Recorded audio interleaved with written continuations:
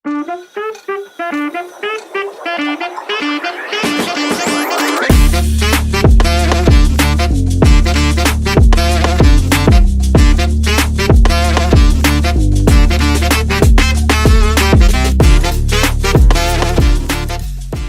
दोस्तों, कैसे हैं आप सब? मैं जुबैर अहमद एक बार फिर से आप सबका इस्तकबाल करता हूं आपके अपने talk show with Zubair Ahmed में। जी हाँ दोस्तों, जैसे कि आप सबको मालूम है, हम हर बार आपको नए नए गेस्ट से रूबरू करवाते हैं। तो इस फहरिस्त में आज जो गेस्ट हमारे बीच मौजूद है, वो बड़ी दूर से हमारे स्टूडियो में तशरीफ लाई हैं। वो एक अंतर्राष्ट्रीय कवित्री हैं, एक डिजाइनर हैं, एक मूर्तिकार हैं, एक गीतकार हैं। तो चलिए दोस्तों, इंतजार की घड़ी को खत्म करते हैं और आपको मिलवाते हैं डॉक्टर श्वेता सिंह उमा जी से। नमस्कार मैम, कैसे हैं आप? मैं बिल्कुल ठीक, आप कैसे हैं? मैं बहुत अच्छा मैम। मैम, बहुत ही खुशी हो रही है आज हमें कि आज आप जो है हमारे स्टूडियो में आई हैं। हम बहुत बहुत इस्तकबाल करते हैं आपका हमारे रॉयल पोएट्री वर्क्स स्टूडियो में। बहुत शुक्रिया बुलाने के लिए। ये मेरे लिए बहुत खुशी की बात है कि इंडिया आई और आप लोग से मुलाकात का मौका मिला। बहुत शुक्रिया। मैम, ये हमारे लिए भी जो है खुशी की बात है कि आप एक अंतर्राष्ट्रीय कवित्री हैं। आप मॉस्को जैसी सिटी में रहती हैं और वहाँ पर भी आप जो है साहित्य के लिए मेहनत कर रही हैं। तो ये बहुत अच्छी बात है और इसमें जो है हम सबको बहुत ज़्यादा फक्र होता है कि हमारे जिस देश से कोई मॉस्को में गई और वहाँ पर भी साहित्य की सेवा कर रही हैं। तो मैम, जैसे कि आपके बारे में हमें मालूम पड़ा कि आप साहित्यकार भी हैं, कवित्री हैं, एक डिजाइनर भी हैं, गीतकार भी हैं, मूर्तिकार भी हैं। तो इन सब चीज़ों को मैनेज कैसे कर पाती हैं आप? हो जाता है, वो कहते हैं ना, जहाँ चाह वहाँ राह। तो टाइम निकल जाता है। अगर आप एक्चुअली मैं बोलती हूँ कि अगर आपका काम आपका पैशन है, आप जो काम कर रहे हो वो काम आपको दिल से पसंद है, फिर आपको वो समय रोक नहीं पाती है। तो मैं शुरू से एक आर्टिस्ट रही हूँ, तो मुझे आर्ट के साथ, आर्ट के हर फॉर्म से बहुत प्यार रहा है। तो वो लिखना हो या मूर्ति बनाना हो या कैनवस पे कुछ तस्वीरें उतारनी हो या फिर सिंगिंग हो, तो मुझे हर आर्ट पसंद है। तो इसीलिए मैं हर फील्ड में थोड़ी बहुत कोशिश करती रहती हूँ, सीखती रहती क्या बात है मैम। मैम, पहले तो मैं ये जानना चाहूँगा कि कितना वक़्त हो गया है आपको मॉस्को में? हूँ। मॉस्को में मुझे 28 साल हो गए हैं। जी। क्या तो बात है मैम। एक लंबा समय, समझिए आधी ज़िंदगी वहीं निकल गई मेरी। क्या बात है। तो वहाँ जाने के बाद मतलब तुरंत बाद ही आप ने शुरुआत कर दी थी साहित्य की सेवा की या कुछ वक़्त लगा? कैसे मतलब ये सब? ये एक्चुअली मैं वहाँ शादी के बाद गई थी और जब मेरी शादी हुई थी तब मैं डिज़ाइनिंग कर रही थी। तो डिज़ाइनिंग की पढ़ाई मैंने वहाँ जाके कंप्लीट की और मैं जहाँ रहती हूँ रशिया में, वहाँ लैंग्वेज का बहुत प्रॉब्लम है। जी। तो जाके मुझे सबसे पहले रशियन सीखनी पड़ी। तो यूनिवर्सिटी तब से जाना शुरू कर दिया। पहले रशियन सीखा, फिर अपनी डिज़ाइनिंग कंप्लीट की। साथ में बच्चे छोटे थे तो उनको भी देखती रही और अपना काम भी करती रही। जिस भी तरीके से बाहर जाने का मौका नहीं मिले तो घर से ही लिखने के लिए तो कुछ आपको कोई ज़रूरत है नहीं, कलम होनी चाहिए और सोच होनी चाहिए। तो वहाँ से लोगों से मिलना शुरू हुआ और जैसे-जैसे प्रोजेक्ट्स मिलते गए, मैं अपना कुछ फिक्स नहीं था, जो ऊपर वाले ने जो रास्ता दिखाया बस मैं उसमें आगे क्या बात है मैम। क्या कभी ऐसा वक़्त आया कि जब ऐसा लगा हो कि ये सब कुछ छोड़ देना चाहिए? नहीं, इतनी मुझे ये रिस्पॉन्सिबिलिटी? कभी नहीं। इनफैक्ट मुझे लगता है कि अभी भी मुझे लगता है कि अभी मैंने कुछ भी अचीव नहीं जी। किया है, अभी भी मैं सीख रही हूँ। हुँ। हाँ, मतलब उम्र बढ़ता जा रहा है लेकिन मैं उस चीज़ को अपने जुनून के आगे आने नहीं देना चाहती हूँ। मैं रोज़ कुछ नया सीखना चाहती हूँ, करना चाहती हूँ। वो जुनून मुझे हमेशा मोटिवेट करता है कि मैं जिस भी काम में हूँ, घर की रिस्पॉन्सिबिलिटी हो, अपना काम हो, हर चीज़ में अपने आप को तराशती रहूँ, अपने आप को निखारती रहूँ और सीखती रहूँ। क्या बात है मैम। अच्छा, मॉस्को जैसे शहर में आप रह रही हैं और आपने भारतीय संस्कृति को वहाँ पर ज़िंदा रखा है, तो कोई ऐसा अनुभव जो आपको बहुत ज़्यादा अच्छा लगता हो? जी, बिल्कुल। जैसे जब आप देश से बाहर जाते हैं ना, वतन जी। से दूर होते हैं, हुँ। तो आप पे रिस्पॉन्सिबिलिटी ज़्यादा बढ़ जाती है। आप और ज़्यादा हिंदुस्तानी हो जाते हैं, अपने कल्चर से प्यार करने लगते हैं। और जब मैं वहाँ गई और वहाँ के लोगों में देखा कि भारत को लेके, इंडिया को लेके जो प्यार है, और वो आके मुझसे पूछते थे डिज़ाइनिंग से जुड़ी हुई बारीकियाँ, कल्चर से जुड़ी हुई बारीकियाँ, फूड। तो जो इंटरेस्ट नहीं भी था, वो इंटरेस्ट मुझ में जागा कि मैं लोगों तक बात पहुँचा रही हूँ। I am a kind of a ambassador, मतलब अपने कंट्री के एम्बेसडर, वो जो बोलते हैं ना कल्चरल एम्बेसडर की बिल्कुल तरह। मैम, बिल्कुल। तो वहां से एक इंटरेस्ट शुरू हुआ, और शुरू से थोड़ी स्पिरिचुअल रही हूँ, तो जुड़ी तो रहती थी मैं, और अब ज्यादा हो गई हूँ क्योंकि लोग जानना चाहते हैं मेरे थ्रू, मेरे देश को पहचानना चाहते हैं, तो मेरी रिस्पॉन्सिबिलिटी ज्यादा बढ़ जाती है। तो मैं अपने काम में वो दिखाने की कोशिश करती हूँ कि हमारा कंट्री कितना वर्सटाइल है, कितना मतलब यहाँ पे कितनी टैलेंट भरा हुआ है, और कितना कुछ है जो दुनिया को पता ही नहीं इसके बारे में। तो बस मैं इसी काम में लगी हुई तो हूँ। मैम इस काम में आप लगी रही, साथ साथ आप एक कवित्री हैं, तो ये लिखने का शौक जो है, ये जज्बा कब पैदा हुआ? ये बचपन से ही है, बचपन से ही मुझे लिखने का शौक रहा है। तो लिखती रहती थी, बट वो मेरी डायरी में होती थी, किसी के साथ शेयर नहीं किया। बट वही जब सोशल सर्कल वहां बढ़ा, कुछ लोगों ने पूछना शुरू किया, आप क्या करते हो, लिखते हो तो दिखाओ। जब मैंने मंचों पे वहां पढ़ना शुरू किया, छोटे गैदरिंग में, लोगों को पसंद आने लगी, और उसके बाद फिर धीरे धीरे मतलब ग्रुप बढ़ता चला गया। और ज्यादातर तो कोविड के बाद ये जो होता है ना, वायरल होना या जी, फिर जी। इंटरनेशनली लोगों तक पहुंचना, जी, जी। ऑनलाइन बहुत सारे प्रोग्राम्स होते थे, वो अमेरिका हो, रशिया हो, हर जगह होते थे। तो इंटरनेशनली लोगों तक मेरी बात पहुंची, और फिर जब मैं इंडिया आने लगी, तो लोगों ने शायद देखा होगा इंटरनेशनली काम मेरा, तो वो मुझे बिल्कुल मंचों मैम। पे बुलाने लगे, और फिर वहां से ये सफर शुरू हुआ। तो मैम मैं आपसे ये जानना चाहूंगा कि आपने जो सबसे पहले लिखा हो कोई शेर या फिर मुक्तक, जो आपने सबसे पहले लिखा हो और जी, प्रेजेंट किया हो? जब मैं लिखना शुरू की उस वक्त तो गजल की या फिर उतनी बारीकियां समझ नहीं आती, वो जो दिल में जो आता था उनको शब्दों में उतारती जी। थी। तो मैंने एक रुबाई लिखी थी बहुत पहले। जी मैम। तो वो था कि खुद को मेरी नजर से मत देख, तू जरा मगरूर हो जाएगा। आय हाय, इन साहिर आंखों का नशा भी तुझ पर जरूर हो क्या जाएगा। बात है। दिल में पनपते इन एहसासों को भले अंजाम न मिले, हम्म। इतना तो तय है कि मेरे इश्क में तेरा नाम भी मशहूर हो हाय जाएगा। हाय, क्या बात है, तो क्या बात ऐसे है। ही बस तुकबंदियों से शुरू हुई, और फिर धीरे धीरे उसकी गजल की बारीकियां सीखी, नज्म क्या है और गद्य क्या है, पद्य क्या है, मतलब सीख और अब जाके एक अंतर्राष्ट्रीय कवित्री आप बस बन चुकी है माशाल्लाह। अभी भी सीख रही हूँ, इसलिए मैं कुछ नहीं बोल सकती हूँ, बट हाँ कोशिश कर रही हूँ कि अपने आप को निखारूं, अपनी लेखनी को बिल्कुल मैम, क्योंकि सीखने की कोई उम्र नहीं होती जी और सारी जिंदगी इंसान जो है सीखता ही रहता है। अभी मैंने देखा था कि आपने दुबई में भी मुशायरा जी पढ़ा है। जी रिसेंटली अभी आपने दिल्ली के अंदर जश्न संविधान का जो है मुशायरा हुआ था, वो जी आपने पढ़ा, और ये मेरा सौभाग्य है कि मुझे भी मौका मिला आपके साथ मंच साझा करने का। जी जी माशाल्लाह आपने बहुत अच्छा पढ़ा वहाँ पे। माशाल्लाह। और तहत में भी, तरन्नुम में भी आपने जो सबसे पहले जो आपने जो जी तरन्नुम में जी सुनाया, जी बहुत अच्छा लगा। मेरी आपसे गुजारिश है कि वो जो तरन्नुम ने मैं आपने वहाँ पर पहले पढ़ा था, जी वो अगर आपको सुना दें अभी। जरूर, बिल्कुल। ये एक नज्म बहुत पहले लिखी थी, तो इंटरनेशनली बहुत लोग पसंद करते हैं, तो जी मैम। आपको सुनाती हूँ।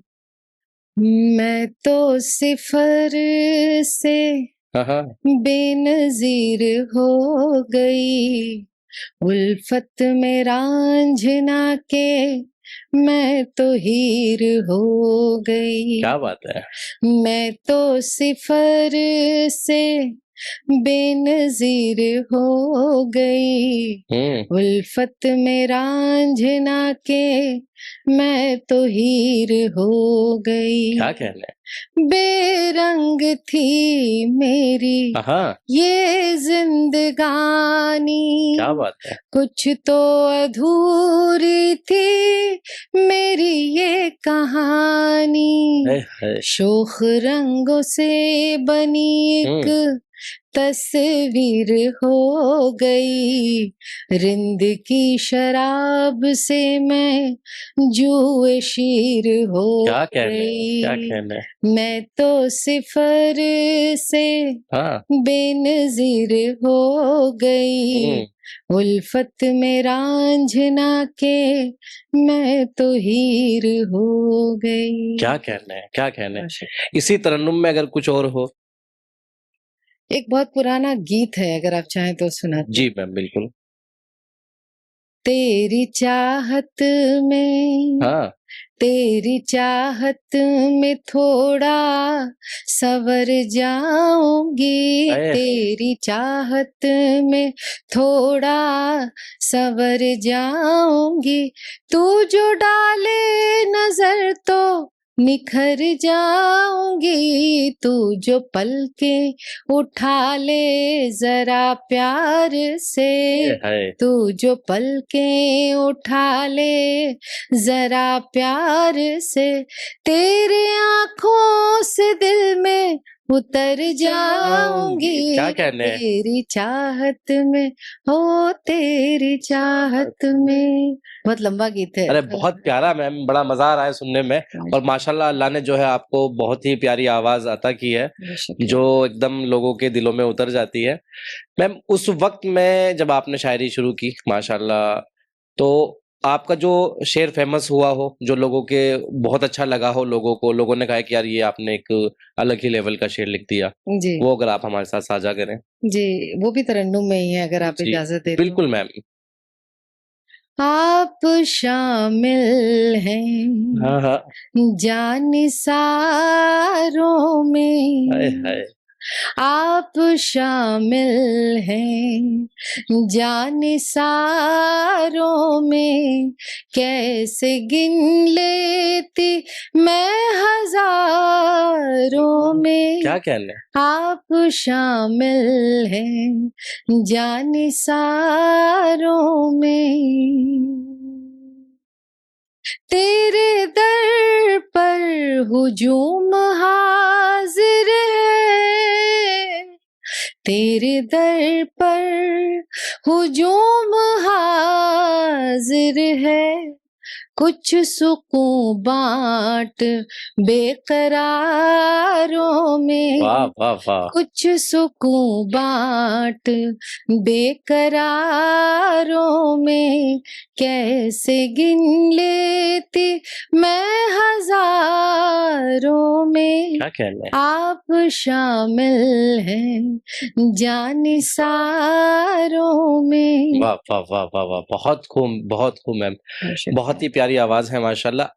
मैं साथ ही ये जानना चाहूंगा कि कौन सी ऐसी शायरा है या शायर है जिन्होंने आपको मुतासिर किया हो और आप लिखने के लिए बेचैन हो गई हो।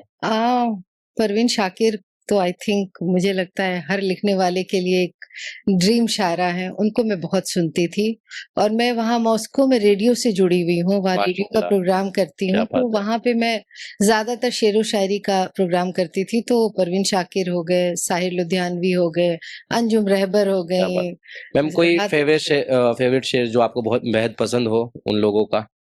अभी तो फिलहाल आज सच कुछ याद नहीं आ रहा है, बिल्कुल। लेकिन मैं उनको सुनती रहती थी, पढ़ती रहती कभी रेडियो में अपना शेर सुनाने का मौका मिला हो तहत में। मिला, बिल्कुल बहुत बार तो मिला, क्योंकि वो मैं मतलब वो मेरा ही प्रोग्राम था। मैं जी वहाँ के ऑडियंस के लिए मैं रेडियो के थ्रू प्रोग्राम करती थी, तो करती थी कि अभी भी कर रही हूँ और माशाल्लाह, अभी थोड़ा ब्रेक लिया हुआ है मैंने। जी जी तो वहाँ पे वो शेरो शायरी, वहाँ एक्चुअली था कि वो इंडियन कम्युनिटी मुझे फरमाइशें भेजती थी, जी और वो जो पुराने समय में खत का टाइम था कि खत से आप अपनी बात कर रहे हैं, तो खत का जमाना तो रहा नहीं, तो वो मुझे अपनी मैसेज भेजते थे, मेरा ये मैसेज मेरी बहन तक पहुंचा दो, अरे क्या बात मेरे है। हस्बैंड तक पहुंचा दो, ये मेरे बच्चे तक वो तो पहुंचा दो। तो जी फिर मैं उसको पूरा शायराना अंदाज में शेरो शायरी के साथ पेश करती थी। तो मॉस्को के लिए शुरू किया था, लेकिन वो प्रोग्राम इतना पॉपुलर हुआ कि पूरा यूरोप, पूरा अमेरिका, ऑस्ट्रेलिया, जी इंडिया से भी बहुत सारे लोग आने लगे। तो वहां से लिखने का जो होता है शेरो शायरी का, तो ऐसे ही बड़े कोई शेर जो सुना दीजिए आप, जो वहां पे आप अपने सुनाती हो।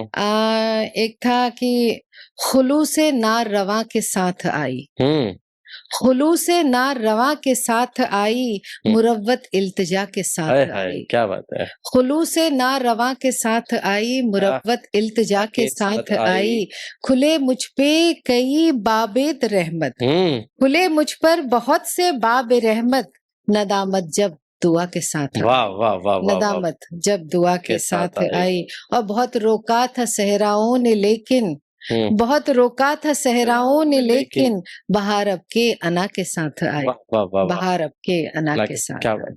मैं आपसे जानना चाहूंगा, आपकी नजर में सच्ची सफलता क्या होती है। मुझे लगता है सफलता का पैमाना सबसे पहले आपको जहाँ गिल्ट फील ना हो कि आपने अपने रिश्तों को निभाते हुए अगर कोई मुकाम हासिल किया है, तो जो आपको अगर एक जो पीस मिलता है ना, वो मुझे लगता है वो सबसे बड़ी सफलता है। नहीं तो अगर आप अपने फैमिली फ्रंट पे जो आपकी रिस्पॉन्सिबिलिटी है, जी पर्सनल फ्रंट पे अगर आप सक्सेसफुल नहीं हो, आपके रिश्ते खुश नहीं है, आपकी जो रिस्पॉन्सिबिलिटी है वो पूरी नहीं की, और चाहे आप कितना भी तरक्की कर लो, आपको सुकून नहीं मिलेगा। तो वो फ्रंट अगर आपका सही है, आपने वहां पे अगर जिम्मेदारियां अच्छे से निभा के कुछ अचीव किया है, भाई सच तो सर, फिर वो सबसे सबसे सच्ची सफलता है। क्या बात है मैम। मैम आज की नई युवा पीढ़ी को आप कोई संदेश देना चाहेंगी शायरी के जरिए? बिल्कुल, मैं आज की पीढ़ी को ये कहना चाहूँगी कि आप बिल्कुल अपने जुनून को और अपनी जो आपकी जो अंदर का ज़ेस्ट है, जो एक पागलपन है, उसको ज़िंदा रखिए, क्योंकि जो इंसान पागल होता है वही आगे जाता है। और अपने जुनून को, ये एक शेर से अपनी बात कहती हूँ कि कुछ दिए अब जला के देखेंगे, हाय हाय, कुछ दिए अब जला के देखेंगे, हौसले फिर हवा के देखेंगे। क्या बात है। कुछ दिए अब जला के देखेंगे, हौसले फिर हवा के देखेंगे, खामोशी वो समझ नहीं पाते, हाले दिल सुना के देखेंगे। क्या बात है, क्या तो बात फिर है। अपना हाले दिल सुनाते रहिए, जो अंदर में जो आपके कुलबुलाहट है उसको निकालिए, और अपने जुनून को जिंदा रखिए, जो पैशन है उसको जिंदा रखिए। और वो काम अलग चीज है और पैशन अलग चीज है, दोनों अगर आपका मिल जाए तब तो फिर आपका काम ही पैशन हो जाएगा। क्या बात तो है, उसको जिंदा रखिए। क्या बात है। हाले दिल की आपने बात की। हाले दिल लोग अलग अलग तरीके से बयां करते हैं, तो आपको जो हाले दिल बयां करना पसंद है वो लाइव किसी स्टेज पर पसंद है या फिर रिकॉर्डिंग स्टूडियो में? कोई भी माध्यम हो, मुझे लाइव लाइव ज्यादा अच्छा रहता है, क्योंकि वो आपके सामने ऑडियंस तुरंत रिएक्ट करती है। तो आपने जो लिखा है, जो जिस थॉट से लिखा है, अगर वहां तक पहुंचा तो लगता है कि लिखना सफल हो गया। तो लाइव हमेशा बेटर होता है। क्या बात है। जब आप गाती हैं तो कौन सी भावना आपके अंदर पैदा होती है और संगीत आपके लिए क्या है? संगीत मेरे लिए सुकून है, काइंड ऑफ मेडिटेशन है। जी। ये मतलब एक एक्सप्रेशन है। आप जब अकेले होते हैं, गुनगुनाते हैं, तो आपका एक साथी हो जाता है, आप सुरों से बात करते हैं, तरन्नुम से खेलते हैं। तो मेरे लिए लगता है संगीत मेडिटेशन में बोलूंगी। मुझे जब भी अकेलापन लगता है, या फिर मुझे लगता है कि बहुत ज्यादा हो गया, ये भी हो रहा है वो भी हो रहा है, तो सुकून से कोई अच्छा सा म्यूजिक लगा दिया, कुछ सुना, तो संगीत मेरे लिए मेरे अकेलेपन का साथी है। क्या बात है। तो ऐसा ही कुछ और सुना दीजिए आप। जी जरूर, एक और गजल तरन्नुम में सुनाती हूँ। जी मैम। दिल की बेचैन तमन्ना को छुपा लूं तो चलूं, हाय हाय, दिल की बेचैन तमन्ना को छुपा लूं तो चलूं, अपनी सांसों को जरा और संभालूं तो चलूं, दिल की बेचैन तमन्ना को छुपा लूं तो चलूं, बाद में महफिल जाना में कदम रखूंगी, बाद में महफिल जाना में कदम रखूंगी, पहले तन्हाई का एक जश्न मना लूं तो चलूं। क्या बात है। पहले तन्हाई का एक जश्न मना लूं तो चलूं, अपनी सांसों को जरा और संभालूं तो चलूं, दिल की बेचैन तमन्ना को छुपा लूं तो चलूं। क्या कहना है, क्या कहना है। ऐसा दिल कर रहा है कि बस आपकी आवाज को सुनते रहें, इतना सुकून मिल रहा है। मैम कोई शेर जो आपके दिल के बेहद करीब हो और आप हमारी ऑडियंस के साथ साझा करना चाहती हो? जी, मैं एक बहुत ही है कि रूह जाने क्यों मुझसे रूबरू नहीं होती, रूह जाने क्यों क्यों मुझसे मुझसे रूबरू नहीं होती, खुद शनासी होती है गुफ्तगू नहीं हाय होती। हाय, क्या बात है, क्या बात रूह जाने क्यों मुझसे रूबरू नहीं नहीं होती, होती, खुद शनासी होती है गुफ्तगू गुफ्तगू नहीं नहीं होती। होती। और लाख हम तसव्वुर में हम्म, नक्श खींच ले लेकिन, हाँ हाँ, लाख लाख हम हम तसव्वुर में नक्श खींच ले लेकिन, आईने में वो सूरत हूबहू नहीं। नहीं होती। क्या कहना है, क्या कहना है, क्या कहना है, बहुत ही प्यारा, बहुत ही अच्छा आपने लिखा है, माशाल्लाह। मैम, आपसे बहुत कुछ सीखने को मिल रहा है। इसी के साथ मैं एक चीज जानना चाहूंगा कि आजकल के शायरी मंचों में जी और सोशल मीडिया की शायरी में क्या जी बड़ा अंतर है?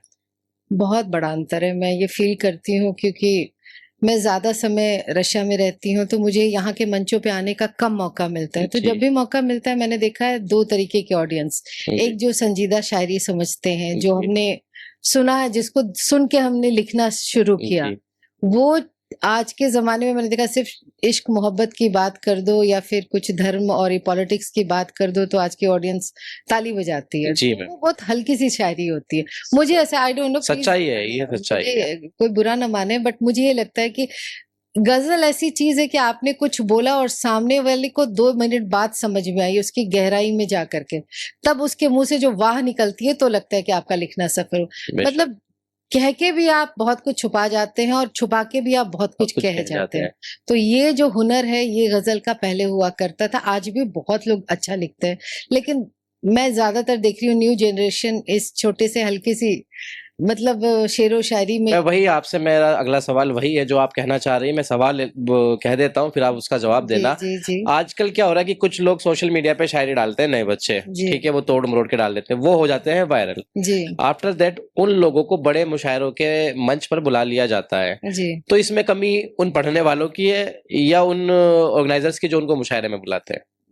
मैं कहूँगी सबका दोष है, या फिर मैं किसी को प्लीज़, ये हो सकता है ये इसको लोग गलत सेंस में ले लें, लेकिन मुझे लगता है इसमें टैलेंट या फिर जिसने सच्ची आत्मा से लिखा है, जो चीज़ लिखा है उसका रह जाता है, क्योंकि आप तालियाँ बटोरना बहुत आसान है, जी। एक गहरी शायरी करना बहुत मुश्किल है। तो बस मैं ऑर्गेनाइजर्स से या फिर जो भी पढ़ रहे हैं उनसे बोलूँगी, जो सच्ची शायरी कर रहे हैं, दिल की शायरी, वो दिख जाती है। आप बिल्कुल, अगर सुनते हो तो बेशक। पता चल जाता है। कोई ज़रूरी नहीं है कि बहुत डिफिकल्ट वर्ड्स हों या फिर आप जी। बहुत हल्के शब्दों में आप अगर दिल की बात कहते हो, ऐसी शायरी को प्रमोट करें।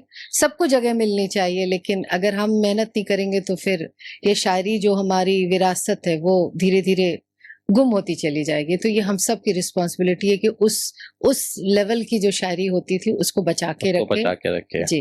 तो माशाल्लाह, बहुत अच्छा जवाब दिया मैम आपने, बहुत कुछ सीखने को मिल रहा है।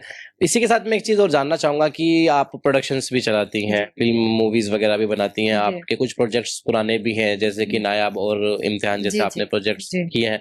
तो उनको बनाते वक़्त जो है, आपके मन के भीतर क्या चल रहा था? क्या सोच के आपने बनाया? वो काइंड ऑफ एक्सप्रेशन है। मीडिया से जुड़ी हुई हूँ, तो शुरू से काम थोड़ा बहुत गुनगुना लेती थी, तो वहाँ जी। लोगों ने कहा कि आप लिखते हो अच्छा, तो जी। आपकी आवाज़ भी ठीक-ठाक है, तो आप अपने ही गाने रिकॉर्ड करके उसको वीडियोज़ बना के डालो। तो मैंने वैसे ही शुरू किया था, लेकिन बाद में 1-2 अच्छे प्रोजेक्ट्स आए, जहाँ पे मुझे लगा कि आप जब एक मुकाम पे चले जाते हैं, तो आपकी रिस्पॉन्सिबिलिटी बढ़ जाती है जी। कि आप कुछ ऐसा सोशल मैसेज भी दो। तो हमने जो क्रिएटिव पैराडाइज के थ्रू मूवी बनाने का सोचा, तो हमने ऐसी शॉर्ट फिल्मों को का सिलेक्शन किया जिससे समाज को कोई संदेश जी। जाए। मतलब वो ऐसे ही आधा घंटा बर्बाद नहीं है, ताकि आप आधे घंटे बाद आप थोड़ी देर सोचें कि इसमें था क्या? था क्या? या फिर इसके साथ कोई मैसेज जुड़ा हो जो आपको सोचने पे मजबूर करे। क्या तो बात! उसी में हमने हप्पन सांगवाला मैं बनाई यही थी। पूछना चाह रहा था कि जी। अपन सांगवाला के बारे में आप कुछ बताएँ? जी, हप्पन सांगवाला मूवी बनाई थी, जिसमें राजेंद्र गुप्ता जी, जो लगान में आपने देखा होगा, उनको जी। बहुत ही मंझे हुए कलाकार हैं, वो मुख्य भूमिका उन्होंने निभाई। तो माशाल्लाह। ये आप हरियाणा या फिर इधर यूपी के साइड में आपने सुना होगा सांग, जो जी। एक नौटंकी की परंपरा जी। थी, उस पे बेस्ड एक स्टोरी है। कैसे वो आर्टिस्ट, वो जो पुरानी परंपरा, वो जो हमारा आर्ट फॉर्म था, वो मर रहा है, और उसके जो आर्टिस्ट थे, जो एक समय बहुत पॉपुलर थे, आज के समय में उनके पास काम नहीं है, कोई पूछने वाला नहीं है, उनको कोई जानता नहीं है। तो उनके अंदर की जो जद्दोजहद थी, वो कैसे जूझ रहे हैं, कैसे डिप्रेशन में हैं, और उनका पोता उनको कैसे निकालता है। मतलब बहुत प्यारी सी स्टोरी है। तो उस पे हमने बेस्ड करके स्टोरी बनाई कि सांग को भी जिंदा रखना है, क्योंकि ये हमारी परंपरा से जुड़ा हुआ चीज है। जी। आप इंटरनेट से बहुत कुछ ले सकते हैं, लेकिन ये जो लाइव ऑडियंस वाली जो बात होती है वो चीज मरते जा रही थी, तो उस पे बेस्ड हमने कहानी बनाई जो कि इंटरनेशनली बहुत पसंद की गई क्या बात और है। वो कांस में गई, तो कांस में भी बहुत उसको अप्रिशिएट किया गया। तो माशाल्लाह। हमें मतलब हमारे लिए भी बहुत ही बड़ा अचीवमेंट था कि हम कांस तक पहुंच पाए। उसके बाद इंटरनेशनली और नेशनली भी उसको अभी भी बहुत अप्रिशिएट किया जा रहा है, अलग अलग फिल्म फेस्टिवल्स में जा रही है। तो एक होता है ना, आप अगर अच्छा काम करते हो आपको अप्रिशिएशन मिलती है, तो आपको आगे भी काम करने का, उसी टाइप का काम करने का। तो हमने यही संकल्प लिया है कि किसी न किसी मैसेज से जुड़ी हुई फिल्में बनाएंगे जहाँ पे एक अच्छी अच्छाई और सच्चाई हो, जो कि आप पूरी फैमिली के साथ बैठ के देख सकें। क्या बात है मैम। आप अपनी प्रोडक्शन का नाम बताएंगी एक बार? इसका नाम है द क्रिएटिव पैराडाइज। ओके, तो ये इंडियन बेस्ड है या मॉस्को बेस्ड? ऐसे तो मॉस्को में ही बनाई थी, लेकिन इंडियन फिल्म, हिंदी फिल्में ही बनाती हूँ मैं। कुछ रशियन कोलैबोरेशन से भी बात चल रही है, बट बेस मेरा है इंडिया से ही। जी, माशाल्लाह। अभी आने वाले आपके कोई प्रोजेक्ट? एक दो प्रोजेक्ट हैं। एक तो शॉर्ट फिल्म में ही बनेगी, तो एक दो बात चल रही है, कहानी फाइनल भी हुई नहीं है इसलिए मैं उसके बारे में डिस्क्लोज नहीं कर रही हूँ। एक रशियन कोलैबोरेशन से भी बात चल रही है, तो वो भी मतलब हिंदुस्तान से जुड़ी हुई कहानी है। तो कोई ऐसा नहीं है जिसमें अजीब टाइप का विलन चाहता हो जहाँ पे मैं फिट बैठ सकूं? मैं देखती हूँ, आपको देख रही हूँ, मैं सोच रही हूँ कहीं ना कहीं आपको फिट करूंगी। चलिए, ये अच्छा है। बहुत बहुत मोहब्बत मैम इसके लिए। और माशाल्लाह आप बहुत अच्छा कर रही हैं, बहुत अच्छे प्रोजेक्ट्स हैं आपके, और बहुत अच्छा मतलब आपने सोच रखी हुई है अपनी कि मैं कुछ ऐसी मूवीज बनाऊं कि लोगों को मैसेज दे सकूं। जी। माशाल्लाह इतनी सोच प्यारी है आपकी, एक कवित्री भी है। तो आपकी नजर में इश्क के भी कुछ अलग हटके मानी होंगे, क्या समझती हैं आप इश्क से? इश्क रूहानी चीज है, इसको शब्दों में नहीं बांधा जा सकता है। इश्क आप इंसान से भी करते हो, खुदा से भी करते हो, अपने काम से भी करते हो। तो इश्क को एक एक किसी चीज से जोड़ना मैं सही नहीं मानती हूँ। मतलब मैं तो 24 घंटे स्पिरिचुअल पर्सन हूँ, तो मेरे लिए उस पे मैंने एक बहुत पहले रुबाई लिखी थी कि उस एक रब के इतने मजहब क्यों हैं, उस एक रब के इतने मजहब क्यों हैं, खुद को अव्वल बताने को बेसबब क्यों है। जी। सच है कि हर रूह से झांकता है तू, सच है कि हर रूह से झांकता है तू, तेरी औलाद फिर इतनी बेअदब क्यों। वाह वाह वाह वाह। तो ये जो हम सब ऊपर वाले को भूल करके, वो तो एकदम पर्सनल चीज है, आपका उसके साथ कनेक्शन, तो वो इश्क है मेरे लिए। क्या बात मतलब उसको मैं इश्क मानती हूँ। आप अपने काम से इश्क करते हैं, इंसान से भी इश्क करते हैं, ऑब्वियसली अपनी फैमिली से इश्क करते हैं, तो इसके अलग अलग रंग हैं। आप उन सब रंगों को कैसे देखते हैं, उनको कैसे अपने हरफों में बांधते हैं, गजलों में उतारते हैं, कैनवस पे उतारते हैं, म्यूजिक में उतारते हैं, ये इश्क है। अपने काम से इश्क है, और इश्क को परिभाषित करना बड़ा मुश्किल हो जाता है। अच्छा, इश्क अपने देश से भी होता है और आपको तो बहुत ज्यादा है। जी जी। आप मॉस्को में, तो कभी ऐसा मौका मिला कि अपने भारतीय संस्कृति को एक शेर में या फिर एक मुक्तक में पिरोने का मौका मिला हो और आपने उसको प्रेजेंट किया हो?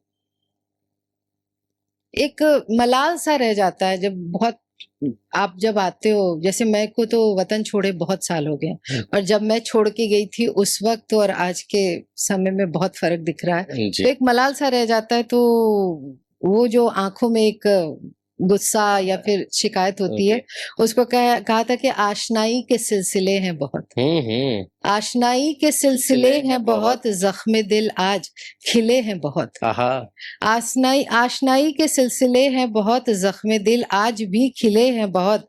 गौर से मेरी आंखें मत देखो, गौर से मेरी आंखें मत देखो, मुंतजिर आंखों में गिले हैं बहुत। हाय हाय, क्या बात ये गिले जो अपने देश को, अपने वतन के लिए है कि बहुत कुछ है जो बोलना चाहती हूँ, मैं बोल नहीं पाती हूँ, लेकिन मुझे मालूम है कि सवेरा आएगा, सब कुछ अच्छा होगा। जिस वतन से मैं निकली थी, मैं वापस वैसा ही माहौल देख पाऊंगी। तो अभी थोड़ा सा निराशा होती है जब भी आती हूँ। और वो, लेकिन अभी जैसे माशाल्लाह मुशायरे में आपको आपकी तरन्नुम पे जो है बहुत दाद मिली, बहुत पसंद की गई आपकी तरन्नुम जो है, आपका तरन्नुम। लोगों ने मुझे कहा कि मैम का जो तरन्नुम है वो बहुत प्यारा है, मैम ने बहुत अच्छे गीत सुनाए।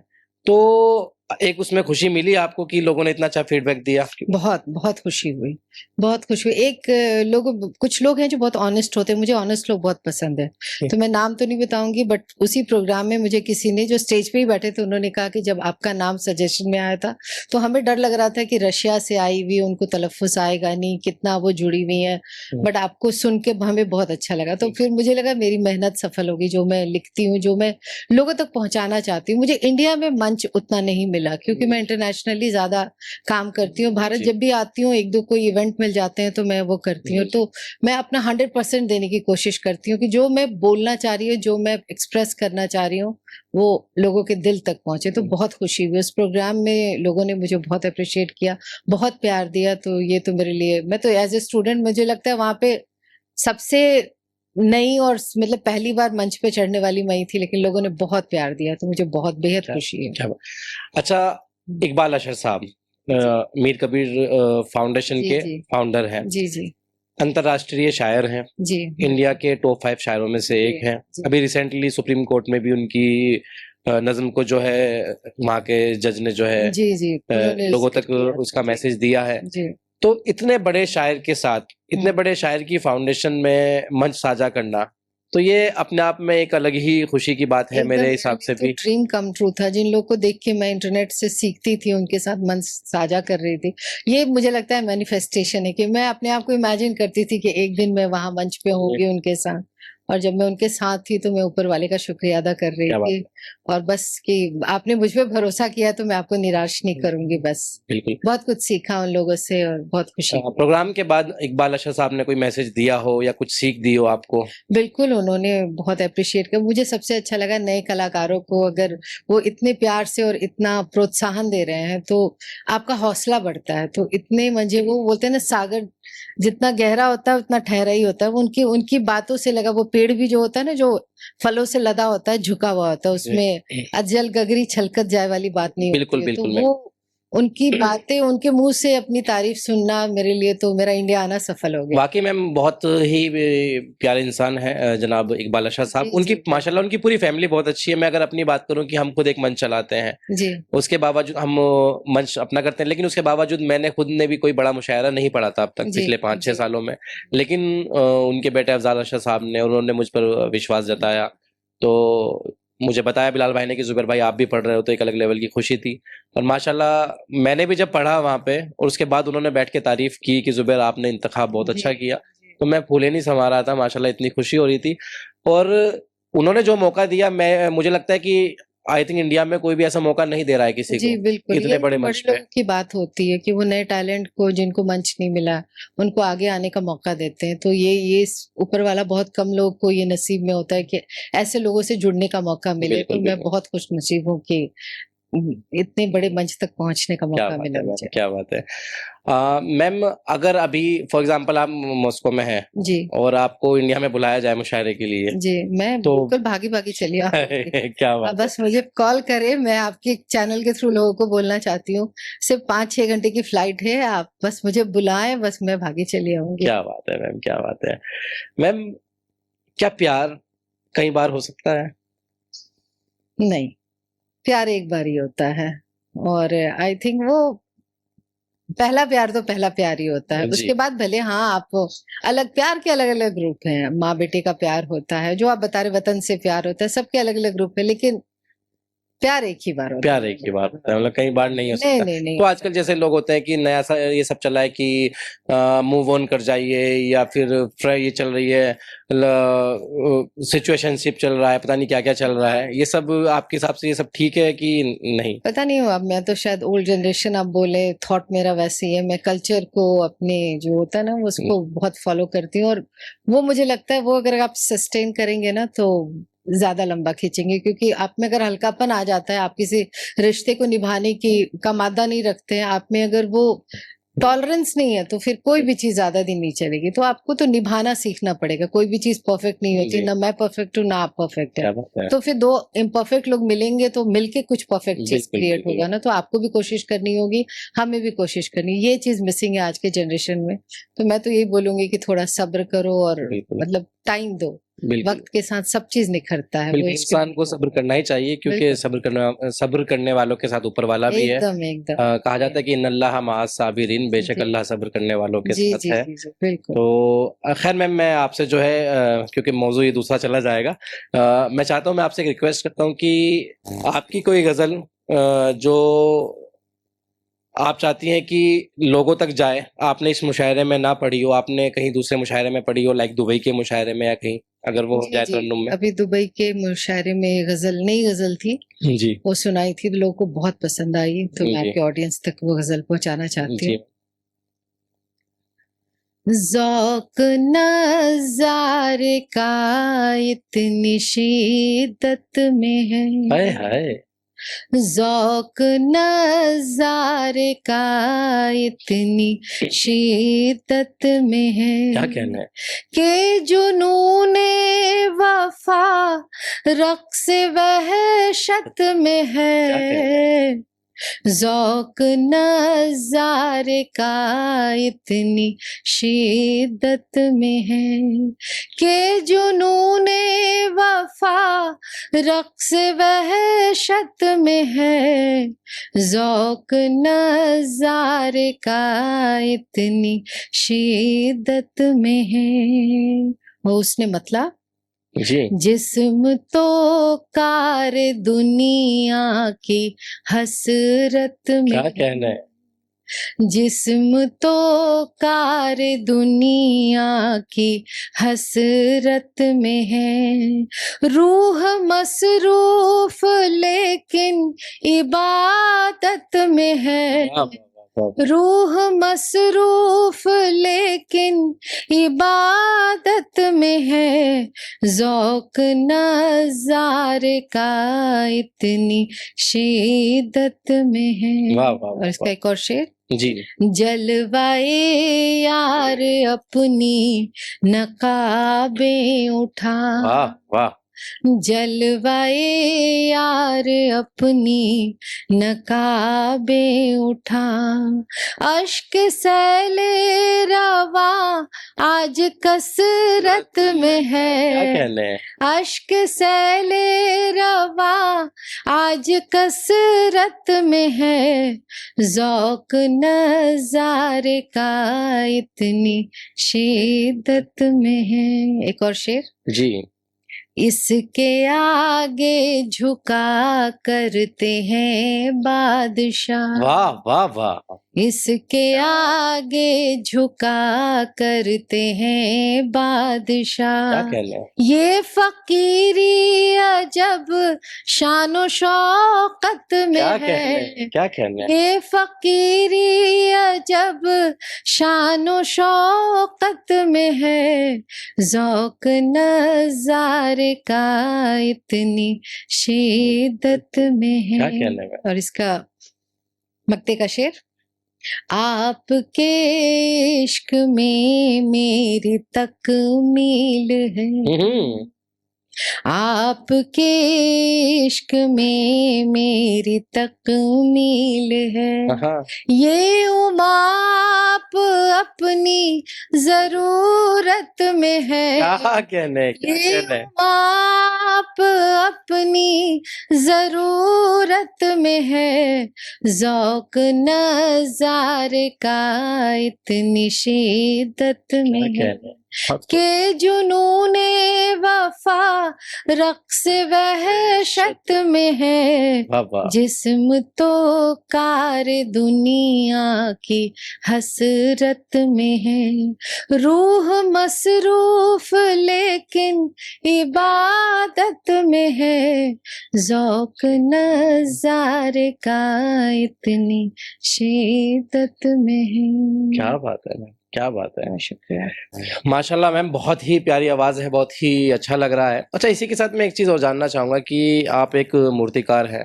क्या कभी मतलब जब आप बना रही हो मूर्तिकला का मतलब जो भी होता है ये सब, उस वक़्त कोई घटना हुई हो जो आपको बड़ी अजीब लगी हो, आप साझा करना चाहते एक्चुअली हैं? हुआ क्या था, जो मैंने बताया मैं डिजाइनिंग कर रही थी, तो वहां पे जो मेरे रशियन फ्रेंड्स थे, उन लोगों ने मुझे बोला कि आपका हाथ बहुत आर्टिस्टिक है, जी। और है मेरा बचपन से ही। माशाल्लाह। मैं पढ़ने में बहुत, जहाँ पे मुझे कोई, बचपन की बात बता रही हूँ, जब भी कोई क्वेश्चन एग्जाम में नहीं आता था, वहाँ मैं बहुत सुंदर सी एक पेंटिंग बना देती थी, तो टीचर मुझे कम से कम 2 नंबर तो दे ही देते थे। तो वहां ये भी से अच्छा मैंने है। ये तरीका सीखा था कि जो नहीं आ रहा है वहाँ कुछ पेंटिंग बना दो। क्या बात तो है। मतलब मेरा हाथ था, तो मुझे रशियंस ने बोला कि आप यहाँ के, रशिया के एक बहुत बड़े आर्टिस्ट है, स्कल्पचर आर्टिस्ट है, आप वहां जाओ और वहां सीखो, लेकिन वो बिना एग्जाम के नहीं लेते हैं। तो मैं वहां गई, उन्होंने मेरा एग्जाम लिया, और मैं पहली इंडियन थी जो रशिया के इतने बड़े आर्टिस्ट के साथ मैं वहाँ सीखा और उनके साथ कोलैबोरेशन में काम कर रही हूँ। माशाल्लाह। तो वहाँ जो भी मैंने क्रिएट किया, वहाँ अपने हिंदुस्तान को नहीं भूली। अपने हिंदुस्तान का जो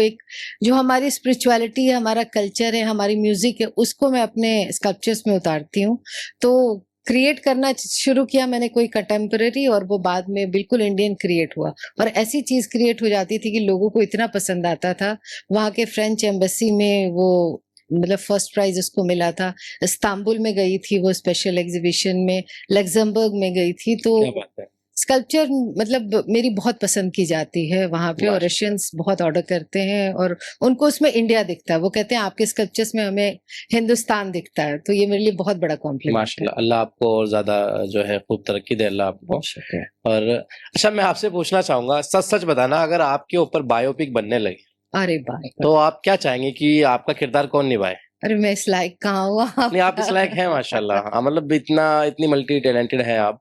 तो आपके ऊपर अगर बायोपिक बनती है तो क्या चाहती हैं आपकी उसमें कौन आपका किरदार निभाए? कभी सोचा ही नहीं मैं उस लेवल तक अभी अपने सोच आप लीजिए। उस लेवल मेरी फेवरेट तब्बू है। मैं तो तब्बू की बहुत बड़ी फैन हूँ। क्या तो बात है। उससे अच्छी एक्ट्रेस कोई हो ही नहीं सकती है। तो मतलब माशाल्लाह, उनकी भी हाइट आपकी तरह अच्छी है। क्या बात है मैम, क्या बात है। बहुत अच्छा लगा मैम, बहुत अच्छा लग रहा है आपसे बातचीत करके। और दिल तो नहीं कर रहा है कि आपसे विदा ली जाए, लेकिन वक्त का तकाजा है और आपको भी जाना है। जी जी और हमें भी दूसरा प्रोग्राम माशाल्लाह शुरू होना है एक और। तो बहुत अच्छा लगा मैम आपसे बात करते। मुझे भी बहुत मैं आपसे विदा लेते हुए चाहूंगा कि कुछ और थोड़ा सा आप जो सुनाना चाहें, कुछ तहत में हो, कुछ तरन्नुम में, जैसा आपका दिल करे। बहुत सी मंजिलें हैं डर के आगे। वाह वाह और वाह। ये मैं न्यू जनरेशन को समर्पित करती हूँ जी कि जो अपने सपनों को अचीव करने से डरते हैं, अपनी मेहनत पे और अपने ऊपर अगर विश्वास करे तो कुछ भी पॉसिबल है। जी। बहुत सी मंजिलें हैं डर के क्या आगे, कहना है।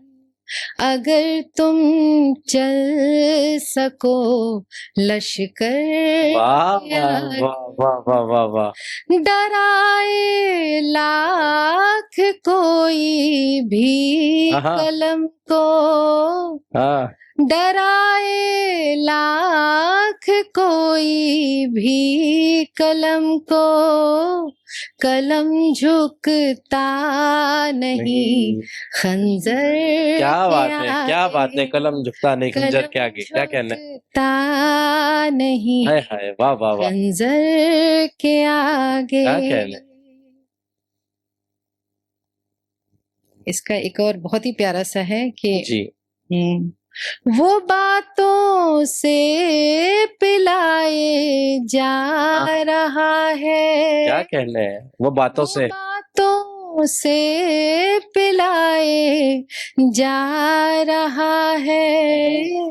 उमामद होश है दिलबर के आगे, क्या कहने हैं। उमामद होश है दिलबर के आगे। बहुत खूब। बहुत सी मंजिलें हैं डर के आगे, क्या कहना है। अगर तुम चल सको लश्कर के आगे, क्या कहना है। डराए लाख कोई भी कलम को, कलम झुकता नहीं खंजर के आगे। क्या कहते हैं, क्या कहते हैं। बहुत बहुत बहुत खूबसूरत मैम, बहुत ही प्यारा है कि कलम झुकता नहीं खंजर के आगे। बहुत ही अच्छा लगा मैम आपसे बातचीत करके। बहुत बहुत शुक्रिया आपका talk show with Zubair Ahmed और RPW स्टूडियो में आने के लिए। बहुत बहुत शुक्रिया आपका मुझे बुलाने के लिए, इंडिया के ऑडियंस से मेरा तारुफ कराने के लिए। तो बहुत बहुत शुक्रिया, मुझे बहुत अच्छा लगा आपसे मिलके, और ऊपर वाले ने चाहा तो फिर मुलाकात। जरूर जरूर मैम, जरूर। बहुत बहुत शुक्रिया मैम। बहुत शुक्रिया।